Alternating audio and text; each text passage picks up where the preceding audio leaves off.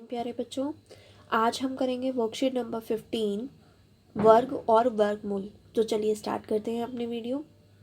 एक रोचक कहानी।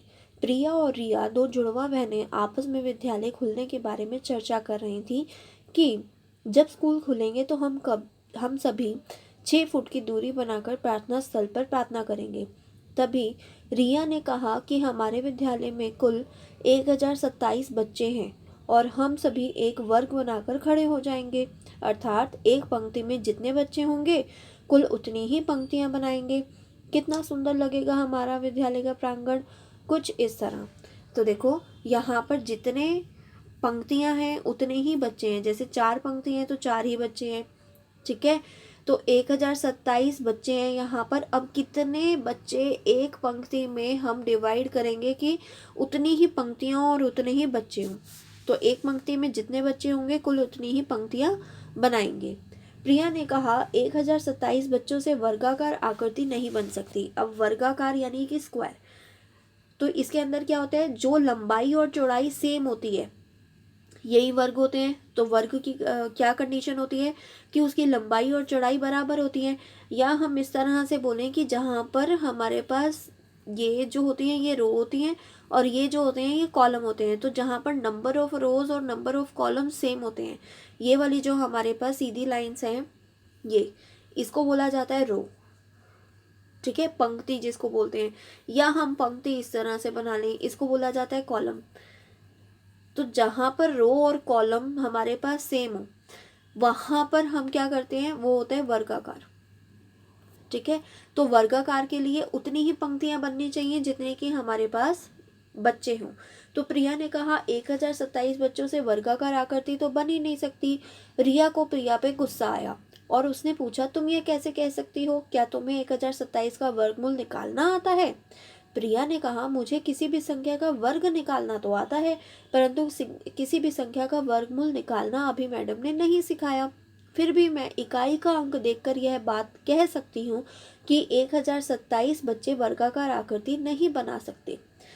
क्या तुमने ध्यान से यहाँ पर देखा? देखो यहाँ पर हमारे पास एक टेबल दी हुई है जिसके अंदर हमारे पास संख्याएं दे रखी है 1 से 40 तक।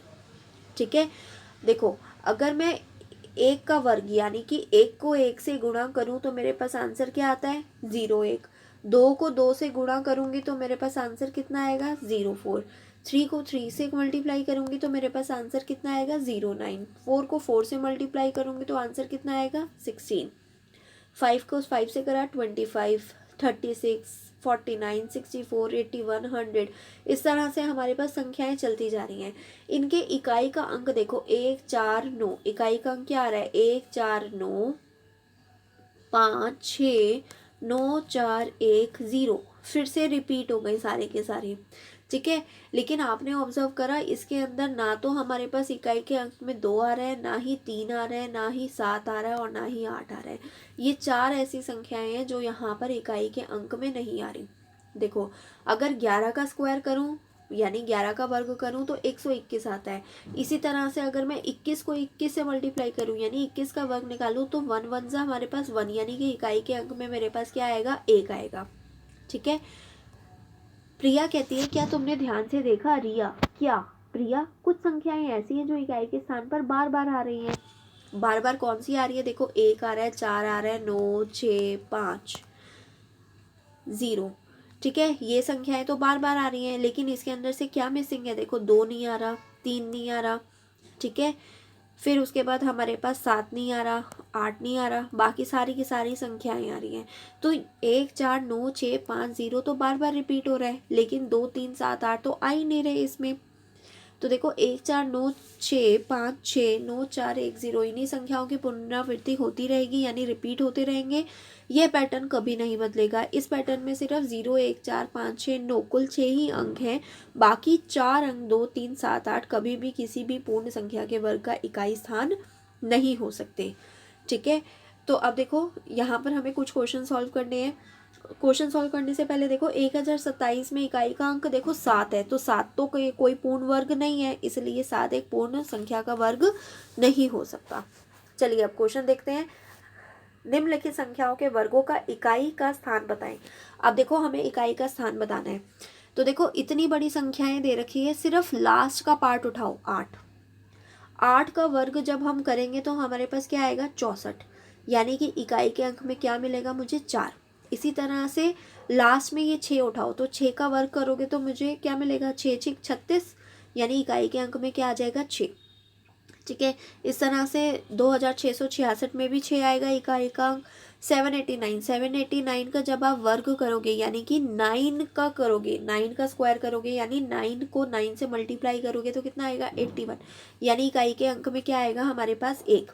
इसी तरह से 25088 का जब आप करोगे तो यहाँ पर लास्ट में 8 का स्क्वायर करो तो कितना आ जाएगा 64, तो इसका मतलब इकाई का अंक क्या मिलेगा यहाँ पर 4।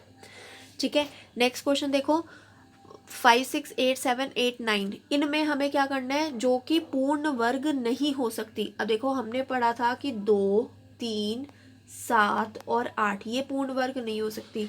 किसी भी संख्या के इकाई अंक में अगर ये 2 3 7 8 मिल रहे हैं, इसका मतलब वो पूर्ण वर्ग संख्या नहीं हो सकती। ठीक है, तो इसका मतलब है ये हमारे पास पूर्ण वर्ग नहीं हो सकती क्योंकि इकाई के अंक में क्या आ रहा है 8।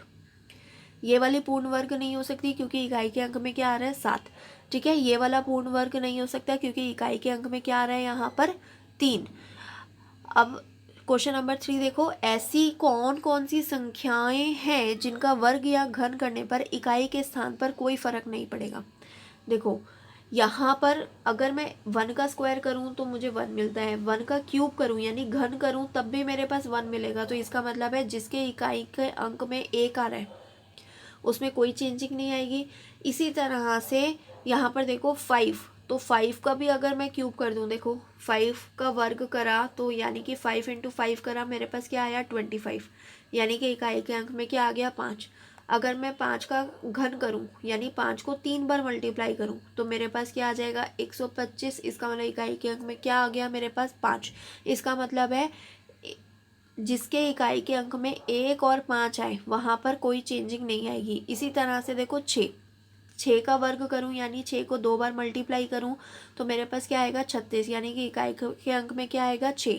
लेकिन अगर मैं 6 का क्यूब करूँ तो मेरे पास क्या आएगा 6 × 6 × 6 यानी 216, तो इकाई के अंक में क्या आ रहा है मेरे पास 6। इसका मतलब है जहाँ पर 6 आएगा वो भी मेरे पास क्या है क्यूब करूँ या घन करूँ तब भी मेरे पास इकाई के अंक में कोई फ़र्क नहीं पड़ेगा। तो इसका आंसर क्या आ जाएगा 68535 97611 और 997856। ठीक है, तो आई होप आपको वीडियो से वर्कशीट आपको समझ में आ गई होगी। तो वीडियो अगर आपके लिए हेल्पफुल है तो वीडियो को लाइक करना ना भूलें, चैनल पर नए हैं तो चैनल को सब्सक्राइब कर देना और वीडियो अपने फ्रेंड्स में शेयर कर देना। Thank you and have a nice day.